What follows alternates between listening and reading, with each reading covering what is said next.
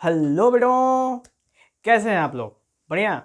तो बेटा, जो आज का हमारा वीडियो है हम लोग उसकी शुरुआत करेंगे। और जो हम लोग का चैप्टर है जो जिसकी हमने स्टार्टिंग करी थी क्लास 12th में बेटा, फिजिक्स में, वो थी मैग्नेटिक इफेक्ट ऑफ करेंट। और उसी मैग्नेटिक इफेक्ट ऑफ करंट का बेटा एक टॉपिक हमने आपके सामने मेंशन करा है जिसका नाम है magnetic field due to straight long conductor. तो वैसे ये हेडिंग है, वैसे ये जो आपका स्ट्रेट लॉन्ग कंडक्टर है ये इनफाइनाइटली शिफ्ट का है बेटा। कहने का मतलब ये है कि इसकी स्टार्टिंग और एंडिंग अनंत तक जाएगी, कोई इसकी फिक्स वैल्यू वहाँ पे नहीं है कि कहाँ तक जा सकती है। तो यहाँ पे मैंने बेटा आपके लिए एक फिगर ड्रॉ कर रखा है जो बताता है कि ये स्ट्रेट लॉन्ग कंडक्टर को एलोबरेशन करेगा। और इस एलोबरेशन की मदद से हम बेटा इसको क्या करेंगे, इसको प्रूव करने की कोशिश करेंगे, इसको इस इक्वेशन को डिराइव करेंगे और फिर उसमें कुछ केसेस आएंगे, उन केसेस को भी किया जाएगा और एक दाद न्यूमेरिकल भी हम लोग करेंगे ताकि ये चीज़ बिल्कुल आपके दिमाग में परमानेंटली सेटअप हो जाए। ओके बेटा, चलो तो हम लोग स्टार्ट करते हैं अब। तो सबसे पहले आप देख सकते हैं कि यहाँ पे एक लंबा एक एक्स वाई जो है वो कंडक्टर है, लॉन्ग चेन कंडक्टर है, यहाँ पे वायर है। और हमें किन्हीं पी पॉइंट के ऊपर मैग्नेटिक फील्ड चेक करनी है कि वहाँ पे पी पॉइंट पे डीवी की वैल्यू, यानी बेटा डीवी की वैल्यू यानी मैग्नेटिक फील्ड की वैल्यू कितनी होगी, ये हमें चेक करनी है।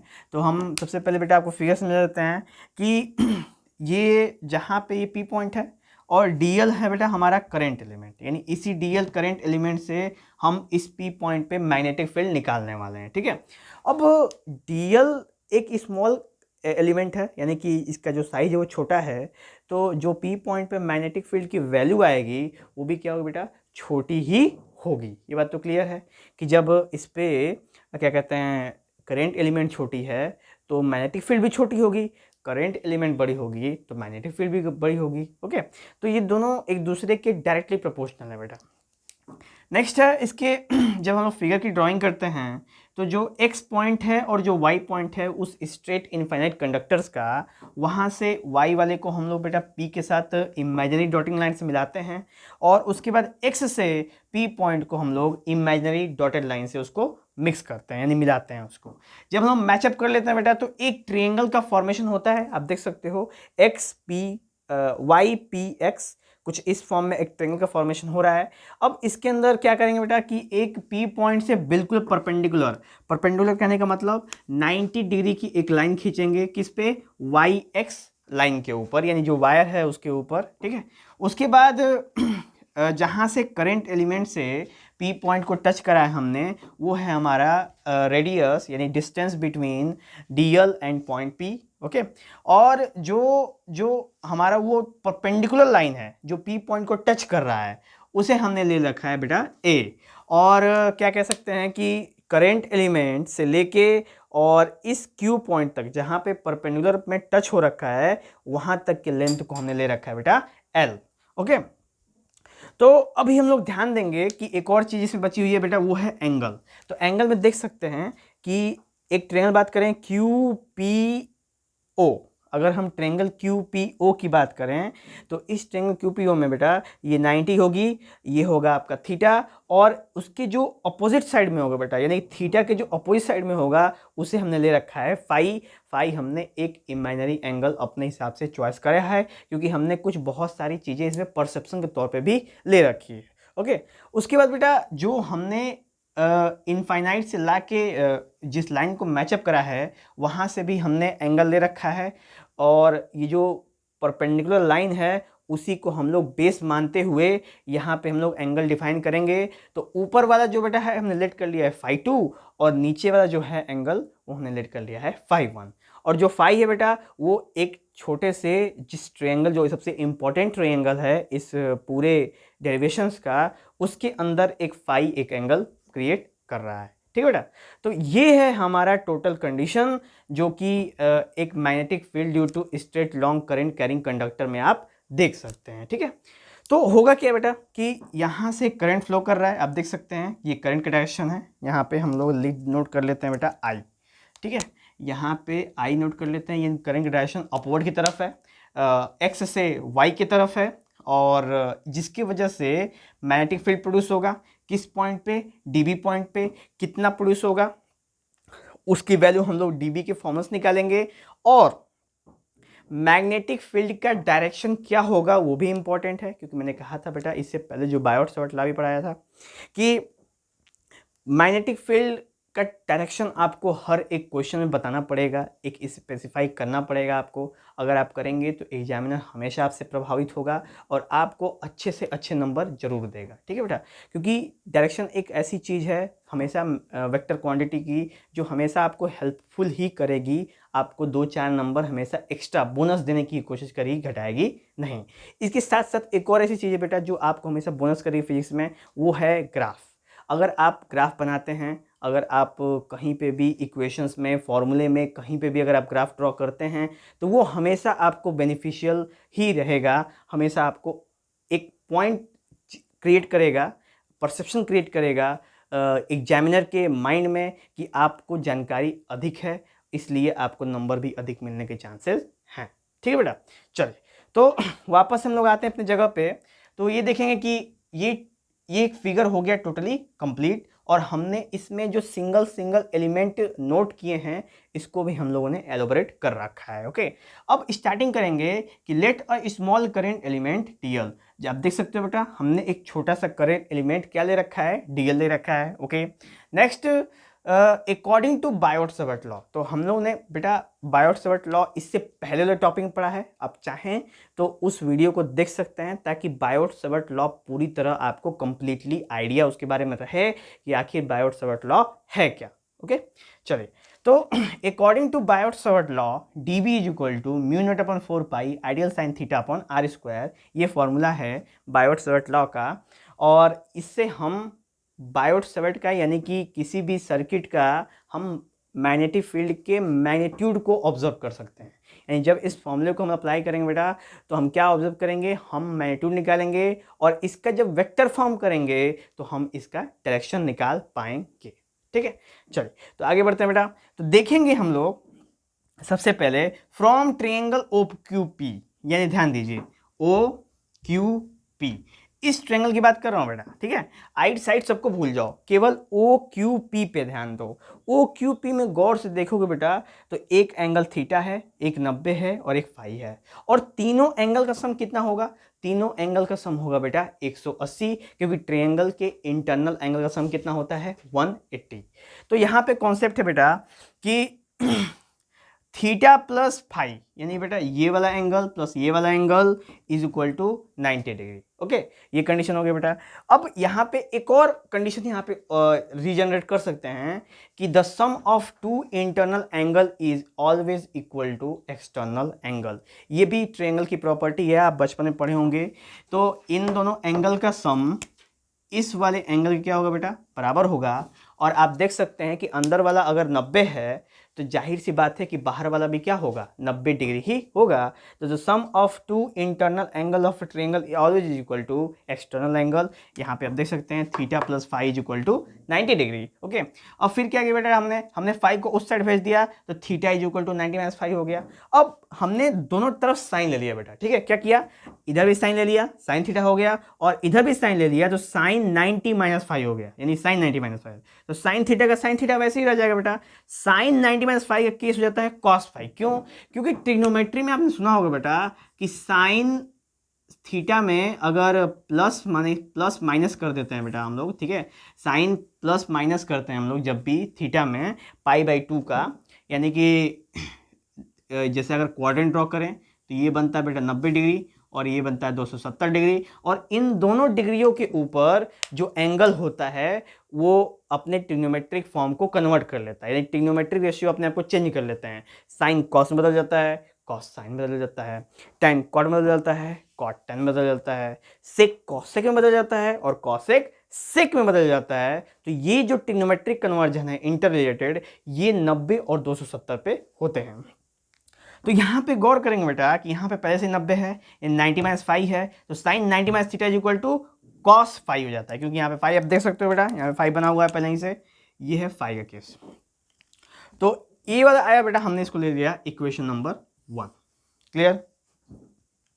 अगर आपको कोई प्रॉब्लम बेटा तो इसको फिर से रिवाइंड करके आप देख सकते हो, ठीक है। फिर भी हम आपको एक बार और इसको रिवाइज मार देते हैं कि the sum of two internal angle is equal to external angle, यानी theta plus phi is equal to 90। हमने फाई को उस साइड भेज दिया तो ये हो जाएगा प्लस का उस साइड जाएगा तो बेटा माइनस हो जाएगा। फिर हमने साइन बोथ साइड ले लिया, इधर भी साइन उधर भी साइन, तो साइन थीटा हो गया और इधर साइन 90 माइनस फाई हो गया। और साइन 90 माइनस फाई क्या होता है बेटा? कॉस फाई होता है। ओके, अब तो क्लियर हो बेटा। चलो नेक्स्ट बात करेंगे हम लोग, जब हम अब लेंगे फाई को, यानी फाई वाले पार्ट पे, यानी इस वाले पार्ट पे बेटा हम कॉस के संग लेंगे। तो कॉस फाई की जब बात करेंगे बेटा तो cos phi is equal to हो जाएगा बेस अपॉन हाइपोटेन्यूज। अगर आपको याद हो बेटा छोटे क्लासेस में ट्रिग्नोमेट्री में, तो कॉस थीटा की वैल्यू बेस अपॉन हाइपोटेन्यूज, यानी ट्रिग्नोमेट्री रेशियो में कॉस की वैल्यू बेस अपॉन हाइपोटेन्यूज होती थी। अब यहाँ पे अगर हम इसको एंगल मानते हैं तो हमारा बेस होगा ये ए और हाइपोटेन्यूज क्या होगा? आर होगा। तो यहाँ पे आप देख सकते हो cos phi is equal to A upon R, एक और by using trigonometric ratio formula. Okay, तो फिर हम आर को उस साइड भेज के और cos को नीचे भेज देते हैं और 1 upon cos is equal to sec theta होता है। ये भी ट्रिग्नोमेट्रिक का ही एक पार्ट है, तो बनता है R is equal to A sec phi. तो इसका भी प्रयोग होगा बेटा हमको इसके अंदर, तो इसको ले लेते हैं इक्वेशन नंबर सेकेंड। नेक्स्ट चर्चा करेंगे बेटा हम अब फिर से फाई को पकड़ेंगे, यानी जो एंगल यहाँ पे फाई है, एक बार हमने इसको कॉस ले रखा था, अब हम इसको tan के साथ कवर करेंगे। तो जब हमने tan लिया बेटा तो tan phi is equal to L by A, यानी tan phi L by A कहने का मतलब है tan is equal to perpendicular upon base होता है। यानी tan का ट्रिग्नोमेट्रिक फॉर्म क्या होता है बेटा? Perpendicular upon base. और जब इसको फाई मानते हैं तो बेस हमारा ये होगा और परपेंडिकुलर ये हो जाएगा। तो क्वेश्चन हम लोग का सोल्यूशन बनेगा phi is equal to A by L, यानी tan phi is equal to आपका हो जाएगा बेस है ना बेटा परपेंडिकुलर, एल बाई ए हो जाएगा, क्योंकि एल ही परपेंडिकुलर है और ए क्या है? बेस है। तो फॉर्मूला परपेंडिकुलर अपन बेस होता है, मैंने बेस अपन परपेंडिकुलर बोल दिया बेटा, ठीक है, उसको नहीं करेंगे। होता है ये परपेंडिकुलर अपन बेस, यानी हम यहाँ पे मेंशन कर देते हैं बेटा, ठीक है। tan theta is equal to perpendicular upon base वाला कॉन्सेप्ट होता है। तो परपेंडिकुलर बेटा एल और बेस है आपका ए, तो tan phi is equal to L by A का कॉन्सेप्ट यहाँ पे आ गया। ओके, नेक्स्ट देखेंगे बेटा कि यहाँ पे हमने जब इसको L को पकड़ लिया तो ये हो जाएगा ए tan फाई, तो यानी L is equal to A tan phi, ये चला गया उसके साथ। फिर हमने क्या करना है बेटा? इसको हमके फाई के रिस्पेक्ट में डिफ्रेंशिएट कर देना है। अब डिफ्रेंशिएट क्या होता है बेटा?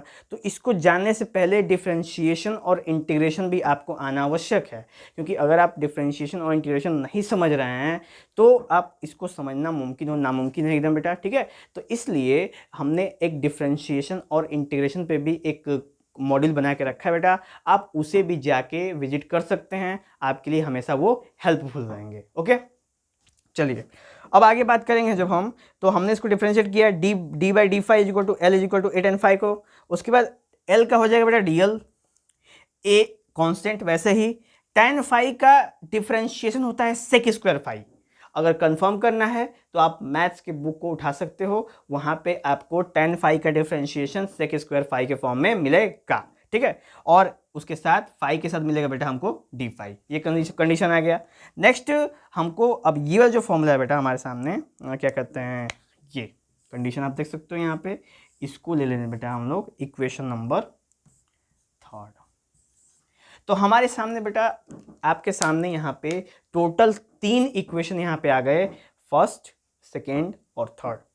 तो नेक्स्ट क्या करना है बेटा? नेक्स्ट हमको putting the values of equation first, second and third in above equation, यानी इन्हीं तीनों वैल्यूज को उठा के हमको इस इक्वेशन में, यानी जो हमने ले रखा है बेटा D V is equal to mu naught upon 4 pi ideal sine theta upon R square, इसके अंदर हमको यही वाला इक्वेशन तीनों उठा के क्या करना है बेटा? प्लेस कर देना है और फिर हमको उसको आगे सॉल्व करेंगे। तो स्टार्ट करते हैं बेटा, हम लोग आगे सॉल्व किया जाएगा। चलिए तो स्टार्टिंग करते हैं हम लोग बेटा आगे सॉल्व करने के लिए। तो यहाँ पे देखा जाए तो पुट करो बेटा, तो D V is equal to mu naught upon 4 pi, वैसे ही सेम इनटू आई तो आई बेटा जितना उसमें अंदर करंट फ्लो कर रहा है, इनटू डी एल, आई के बाद डी एल है, डी एल की वैल्यू क्या है आप इसको पुट कर देंगे A sec square phi D phi, और साइन थीटा की जगह पे क्या लाया बेटा हमने इक्वेशन फर्स्ट से, sine theta is equal to cos phi, okay, upon are square. अब हमने आर क्या लाया बेटा, R is equal to A sec phi लाया, तो इसका स्क्वायर कर दो, तो R square sec square five. Okay, अब बेटा सेक स्क्वायर फाइव से सेक स्क्वायर फाइव क्या हो जाएगा, डिडक्ट हो जाएगा, कैंसिल हो जाएगा आपस में, तो sec square five is deducted by sec square five. Okay, अब बचा नीचे बेटा हमको, सॉरी ए स्क्वायर है बेटा ये, ठीक है, यहाँ पे ए स्क्वायर है, यहाँ पे ए सेक फाइव है तो उसका बनेगा ए स्क्वायर सेक स्क्वायर फाइव, तो एक ए से एक ए भी हमारा डिडक्ट हो जाएगा। नेक्स्ट बचेगा हमारे सामने कंडीशन, तो D B is equal to mu naught upon 4 pi into I. अब यहाँ पे बेटा बचा क्या है, बचा है कॉस फाइव बचा है, तो ये हो जाएगा बेटा आपका cos five D five upon, नीचे क्या बेटा बचा है, नीचे एक ए बचा हुआ है ओनली, क्योंकि एक ए तो कट चुका है ऊपर वाले ए से, तो नीचे केवल एक ए बचा हुआ है बस। तो हमारे सामने D B equal to mu naught upon 4 pi into I upon A cos five D five अभी भी हमारे सामने सेफली बचा हुआ है, ठीक है। अब क्या करेंगे बेटा, नेक्स्ट जो स्टेप है वो है हमारा इंटीग्रेशन, क्योंकि देखो बेटा एक ही कॉन्सेप्ट के अंदर हमने दोनों प्रयोग कर लिए बच्चे, इंटीग्रेशन भी प्रयोग कर लिया और डिफरेंशिएशन भी प्रयोग कर लिया। तो डिफरेंशिएशन पहले किया, उसके बाद इंटीग्रेशन करेंगे, इसलिए मैं एकदम सजेस्ट करूंगा बेटा कि आप उस मॉडल के संग जाएं जिसमें इंटीग्रेशन और डिफरेंशिएशन कंप्लीटली दे रखा है, ठीक है। चलिए, तो हमारी प्लेलिस्ट खोलेंगे बेटा तो आपको उसमें जनरल मैथ्स में वो चीज़ दिख जाएगी। अब क्या करेंगे बेटा, इंटीग्रेटिंग, हमको इंटीग्रेशन करना है, यानी इंटीग्रेटिंग द इक्वेशन। तो इंटीग्रेटिंग क्या बढ़ेगा, इसके सामने कुछ ऐसा सिंबल आ जाएगा यहाँ पे, और यहाँ पे भी ठीक ऐसा आ जाता है दोनों साइड। ओके, अब इसको बेटा हम लोग आगे बढ़ाएंगे यहाँ पे, तो अभी हम इसको देखते हैं यहाँ के बाद, ठीक है। तो बेटा अब हम इसको ऊपर ले जाके इंटीग्रेशन करेंगे, तो करते हैं हम लोग इसको ले जाके ऊपर, D B is equal to mu naught upon 4 pi I upon A, और ये हो जाएगा बेटा कॉस फाइव डी फाइव, और हमने क्या करना है, इसका इंटीग्रेशन करना है, ठीक है। अब हम इसको हटा देते हैं बेटा, आप इसको नोट कर लेना, ठीक है, नोट में ज़रूर लिखना, क्योंकि ये बेटा नोट्स बहुत इंपॉर्टेंट है, डेरिवेशंस हैं ये। अब इसमें बेटा डी बी का इंटीग्रेशन करेंगे सिंपली, लेकिन जब हम इसका इंटीग्रेशन करेंगे तो mu naught upon 4 pi I upon ए, ये सारे के सारे कांस्टेंट हैं, ठीक है, तो इसका इंटीग्रेशन नहीं होगा, तो क्या होगा, डी बी का इंटीग्रेशन हो जाएगा बेटा capital B is equal to, ये हो जाएगा बेटा mu naught I upon 4 pi A, और ये हो जाएगा बेटा कॉस फाइव डी फाइव। क्यों, क्योंकि हमारे पास ऑपरेटर किसका है बेटा, डी फाइव का है, और कॉस फाइव साथ में है, इस वजह से इसी का इंटीग्रेशन हमको करना है, क्योंकि बेटा इंटीग्रेशन करने के लिए हमेशा हमको ऑपरेटर देखना पड़ता है, जिसका ऑपरेटर उसी का इंटीग्रेशन, ऑपरेटर नहीं तो इंटीग्रेशन नहीं। ओके, चलिए, तो नेक्स्ट अगर चर्चा करें बेटा, तो यहाँ पे कॉस फाइव डी फाइव में, यानी कि ये जो एंगल है, कॉस फाइव क्या है बेटा, फाइव क्या है, ये एंगल है, कहाँ से कहाँ तक है, तो वो है फाइव वन से फाइव टू तक है, कहाँ से बेटा, फाइव वन से फाइव टू, तो यहाँ पे हम नोट करेंगे -5 1 से, ये हो जाएगा बेटा आपका 5 2। अब आप लोग सोचोगे कि -5 1 क्यों लिखा बेटा, क्योंकि हमने एक रिवर्सिबल डायरेक्शन से, यानी कि एक नीचे से ऊपर की तरफ जा रहे हैं हम लोग, तो इसलिए डायरेक्शन को हमने 5 1 को हमने नेगेटिव डायरेक्शन दे रखा है, और 5 2 को हम लोग पॉजिटिव डायरेक्शन दे रखा है। हम चाहें तो बेटा इसको रिवर्सिबल कर सकते हैं, जिधर की तरफ से हम हमेशा, जिधर की तरफ से करंट मोशन करता है, हम हमेशा उधर की तरफ से ही एंगल को हमेशा मतलब मानते हैं कि यही हमारा डायरेक्शन है जाने का, ठीक है, और उसके अपोजिट डायरेक्शन में एंगल की मेजरमेंट करते हैं। अगर यही करंट डायरेक्शन बेटा नीचे की तरफ होता, यानी ऊपर की तरफ जाता, नीचे की तरफ होता, तो सेम वही उल्टा हो जाता। पर दोनों केस में बेटा जो सोल्यूशन होगा वो हमेशा आपका इक्वल आएगा, वही चीज़ आएगी, अंतर नहीं हो सकता है, ठीक है। चलिए, तो आगे चर्चा करेंगे जब हम इसको, तो B is equal to mu naught I upon 4 pi A into cos five का बेटा आपका इंटीग्रेशन होता है -sin5, क्या होता है, -sin5, सॉरी ओनली sin5 होता है, ठीक बेटा। कॉस फाइव का जो इंटीग्रेशन होता है वो होता है आपका ओनली sin5। चलिए, अब नेक्स्ट हो जाएगा हमारे सामने sin5 है, और कहाँ से कहाँ तक है, -5 1 से आपका हो जाएगा 5 2 तक। ओके चलिए, तो B इज इक्वल टू ये हो जाएगा बेटा mu naught I upon 4πa, और यहाँ पे जो हम प्लेस करेंगे बेटा, हम हमेशा प्लेस करते हैं higher limit minus lower limit. सबसे पहले हायर लिमिट रखेंगे बेटा इसमें, तो ये हो जाएगा sine phi 2 minus sine phi 1। Okay ये हो जाएगा बेटा, तो ये हो जाएगा माइनस माइनस प्लस, क्योंकि इसके साथ भी आपके साथ माइनस है पहले से ही, तो ये कंडीशन हो जाएगी। तो हमें मिलेगा b is equal to mu naught I upon 4πa sine phi 1 plus sine phi 2। तो ये है बेटा हमारा रिजल्टेंट आंसर जो आपके सामने हो गया तैयार। और ये है बेटा हमारे जो जो ये मैग्नेटिक फील्ड की वैल्यू है वो है long straight current carrying conductor के द्वारा जो मैग्नेटिक फील्ड होगा बेटा वो P is equal to mu naught I upon 4πa into sine phi 1 plus sine phi 2 का कॉन्सेप्ट आएगा। ठीक है, तो ये था बेटा हमारा रिक्वायर्ड आंसर। अब नेक्स्ट है इसमें क्या क्या बन सकता है बेटा, उस पर भी गौर करेंगे। तो इसके बाद इसमें कुछ केसेस बनेंगे, उसके बाद ग्राफ बनेगा और फिर आएगा इसका डायरेक्शन। ठीक है, तो डायरेक्शन केस में अगर गौर करो बेटा तो अकॉर्डिंग टू बायोट-सावर्त लॉ क्या कहता है, करंट के डायरेक्शन में 4 फिंगर और जिस पॉइंट निकालना है उधर की तरफ कर्ल, तो जिधर थंब देगा उधर की तरफ डायरेक्शन। तो ये चीज़ गौर करें बेटा, तो इसका मतलब कि यहाँ पे जो हमारा मैग्नेटिक फील्ड डायरेक्शन होगा वो क्रॉस होगा, यानी कि इनवर्ड जाएगा। ठीक है, यानी सेम जैसा बायोट-सावर्त था वैसा ही सेम है। ठीक है, बस इसमें अंतर क्या है कि बायोट-सावर्त में एक फाइनाइट लेंथ ऑफ वायर होता था और इसके अंदर इनफाइनाइट लेंथ ऑफ वायर है, यानी कि अनंत तक इसके वायर जा सकती है। ठीक है, उसके लिए हमारे पास ये रिजल्टेंट आ गया। अब हम इस रिजल्टेंट के ऊपर लगाएंगे बेटा केस। ठीक है, तो केस नोट करेंगे जब हम, तो स्टार्टिंग करते हैं हम लोग यहाँ से केस के लिए। बेटा इसको नोट कर लेना। ठीक है, बहुत इंपॉर्टेंट डेरिवेशंस हैं, अक्सर पेपर में पूछ जाते हैं, मैक्सिमम हाफ ईयरली पूछ जाता है, फाइनल के लिए भी इंपॉर्टेंट है। तो यहाँ पे बेटा केस लिखेंगे हम लोग केस। अब केस में पहला केस ले लेते हैं, अगर if phi 1 is equal to 90 and phi 2 is equal to 0, यानी फाई 1 की वैल्यू 90 लेते हैं और फाई 2 की वैल्यू 0 लेते हैं।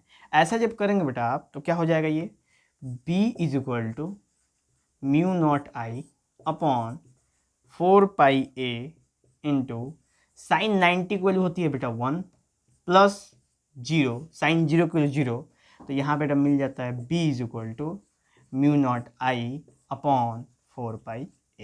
तो ये फॉर्मूला हमारा आता है बेटा केस 1 में। क्या है कि अगर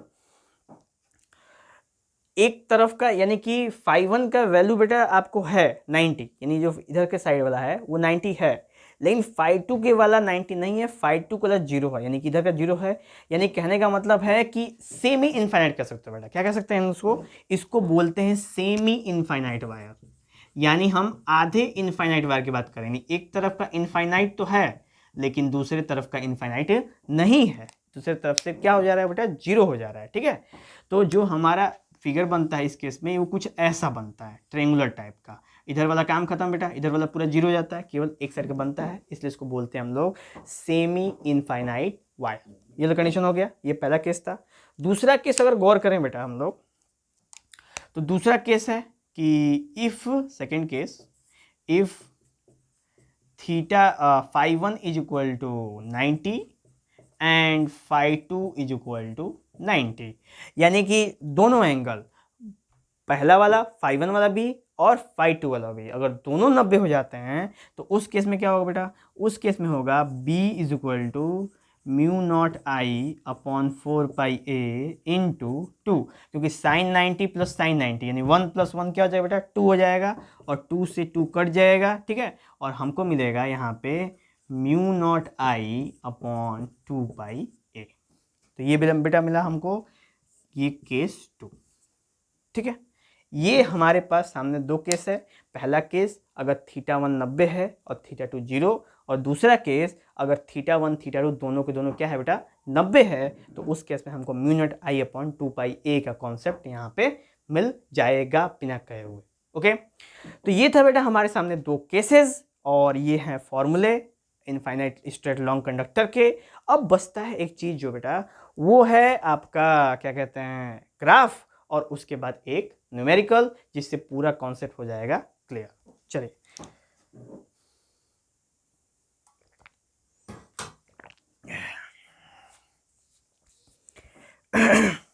तो बेटा हम लोग चलते हैं ग्राफ की तरफ। तो ग्राफ में भी बेटा हमको थोड़ा सा जगह चाहिए यहाँ पे, तो मैं इस फिगर को मिटा देता हूँ बेटा। ग्राफ यहाँ पे हम लोग प्लॉट कर देंगे ताकि इस इक्वेशंस को समझना आसान हो जाएगा हम लोगों के लिए ग्राफ के प्लॉटिंग से। तो पहला रिलेशन जो बनता है बेटा वो बनता है कि इस फॉर्मूले में अगर गौर करें हम लोग, जब हमने यहाँ पे रिलेशन बनाया है तो mu naught constant, I constant, 4 pi constant बचा ए, यानी B is inversely proportional to 1/a case 1 में। केस 2 में देख लीजिए बेटा, B is inversely proportional to 1/a, यानी ये वाला ग्राफ आपको हर जगह मिलेगा। और अगर आपको बेटा ऐसा ग्राफ आए जिसको बोलते हैं रेसिप्रोकल ग्राफ, तो उस केस में बेटा आपको सिंपल ये वाला ग्राफ का फॉर्मेशन करना होता है, ठीक है, जहाँ पे आपका ये है बेटा आपका मैग्नेटिक फील्ड और ये है आपका ए, ठीक है। ऐसे कंडीशन में जाता है 1/a ले लीजिए, तो इसको बोलते हैं बेटा रेक्टेंगुलर हाइपरबोला। तो आप अगर इसको नहीं बनाओ बेटा तो भी कोई दिक्कत नहीं है, आप सिंपली ये ग्राफ ड्रॉ कर सकते हैं। तो इसको बोलते हैं बेटा रेक्टेंगुलर हाइपरबोला। क्या बोलते हैं बेटा? Rectangular hyperbola graph. यानी कभी भी आपको बेटा इस तरह का ग्राफ बनाना हो, यानी 1/x, 1/x², 1/x³, 1/x का पावर n, यानी इस तरह का कोई भी अगर ग्राफ आपको प्लॉट करना पड़े बेटा, किसी भी तरह का ग्राफ, तो आप क्या करेंगे, आप यहाँ पे इस तरीके के ग्राफ जिसको बोलते हैं रेक्टेंगुलर हाइपरबोला आप बना देंगे, और वहाँ पे उस ग्राफ को काटने वाला कोई नहीं है, बिल्कुल सही ग्राफ है ये, ठीक है। तो ये ग्राफ बेटा ये b inversely proportional to a का यहाँ पे कंडीशन बनता है, इसको बोलते हैं रेक्टेंगुलर हाइपरबोला। अब बचता है बेटा एक क्वेश्चन जो इसके ऊपर हम लोग करा जाएगा, इस फॉर्मूले के ऊपर, ताकि आपको पूरी तरह ये चीज़ क्लियर हो जाए एकदम अच्छे से। तो देखते हैं बेटा इसको।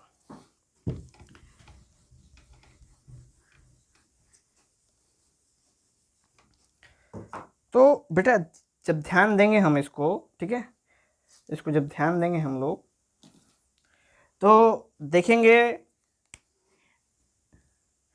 जस्ट सपोज यहाँ पे आपके सामने है, इस क्वेश्चन में दे दिया बेटा कि एक स्ट्रेट करंट कैरिंग कंडक्टर है, एक स्ट्रेट करंट कैरिंग कंडक्टर है जिसमें करंट की वैल्यू है आपकी 10 एम्पियर, ठीक है। और आपके सामने दे दिया बेटा आपको जो ए है, ए की वैल्यू दे दिया है, वो दे दिया बेटा आपको 2 सेंटीमीटर, और फिर आपको φ1 की वैल्यू दे दिया आपको 30 डिग्री, और φ2 की वैल्यू दे दिया बेटा आपको 60 डिग्री। ऐसा किस दे दिया, यानी अगर आप गौर करो तो इस तरीके का पूरा कॉन्सेप्ट, इसमें की पूरी जो वैल्यू है वो वहाँ पे मेंशन है। तो क्या करेंगे बेटा, करेंगे ये बेटा, यहाँ पे बिल्ला आ गया हमारे यहाँ डिस्टर्ब करने के लिए, ठीक है। देखिए ये बेटा बिल्ला हम लोग का, ठीक है, ये डिस्टर्बेंस कर रहा है हम लोग को, वायर काट रहा है, ठीक है। वायर काटोगे तुम, कह रहा है वायर काटेगा, ठीक है। इसको छोड़ के आते हैं बेटा हम लोग, इसको छोड़ के आते हैं हम लोग, ये वायर काटेगा बेटा, आया नहीं वापस, फिर आ रहा है बेटा, फिर काटेगा, ये वायर ही काटेगा और कोई काम ही नहीं है इसको जिम में। चलिए, तो हमारे सामने बेटा यहाँ पे कुछ कंटेंट्स मेंशन है, I 10 ampere, A 2 centimetre, φ1 30 degree, φ2 60 degree, ये सब कंडीशन है। और इस फॉर्मूले के ऊपर हम लोग क्या कर देंगे बेटा, प्लेस कर देंगे। तो अगर किसी तरह क्वेश्चन आपके सामने आया, चाहे वो स्टेटमेंट के फॉर्म में हो या डायरेक्ट कंटेंट दिया हो, तो आप सिंपल इस फॉर्मूले को दिमाग में रखेंगे और उसमें क्या कर देंगे, प्लेस कर देंगे।